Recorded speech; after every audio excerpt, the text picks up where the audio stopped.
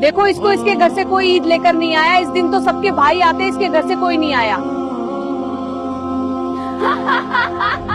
मेरा भाई जरूर आएगा। हर साल सोचती हूँ शायद इस बार भाई जरूर आएगा। अस्सलाम वालेकुम भाई, कैसे हो? भाभी कैसी हैं? बच्चाए ठीक है? वालेकुम अस्सलाम। हाँ बोलो। सब ठीक बहन, मैं बिजी रहता हूँ, तुम जानती हो। हाँ सब ठीक, बस ईद आ रही है। कल मुस्कान का भाई आया था, सास ने सबके सामने कहा है। देखो कैसा नसीब होता है बेटियों का, हर साल भाई आता है। फिर मेरी तरफ देख भाई, मैं जमीन में गिर जाना चाहती थी। मुझे महसूस होता है जैसे मेरा मैं खत्म हो गया। माँ बाप तो चले गए।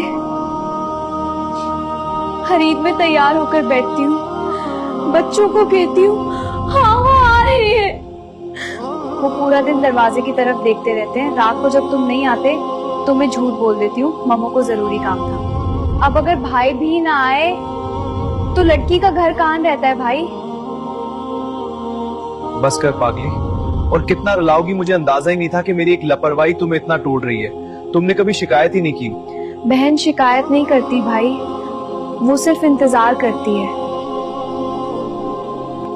बस जब दरवाजा बजे ना तो मैं फख्र से कह सकूं ये मेरा भाई है।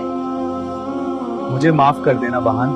भैया इतना कुछ ले आयो, बस आप आ जाते इतना ही काफी था। तेरा भाई तो पूरी दुकान ही उठा लिया। मैंने बोला था ना मेरा भाई जरूर आएगा। मुझे कुछ नहीं चाहिए भाई, बस कभी मुझे महसूस मत होने देना कि मैं अकेली हूँ। हर बहन को सिर्फ ईद ही नहीं अपने भाई का प्यार चाहिए होता है, और शेयर करो उन भाइयों को।